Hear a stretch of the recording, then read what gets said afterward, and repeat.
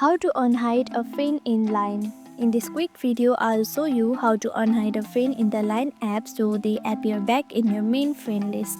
First, open the Line app on your phone. Here, tap on the Home tab at the bottom left to open your friend list. Now tap the gear icon in the top right corner. Here, tap on it. From the settings menu, scroll down and you can see friends, okay, right here. Tap on friends. Here you can see hidden accounts right here.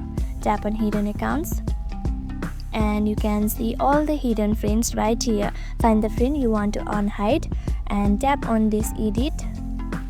You can see unhide right here. Tap on unhide and they will be unhidden. Just like this.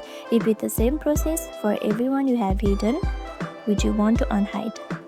Like this.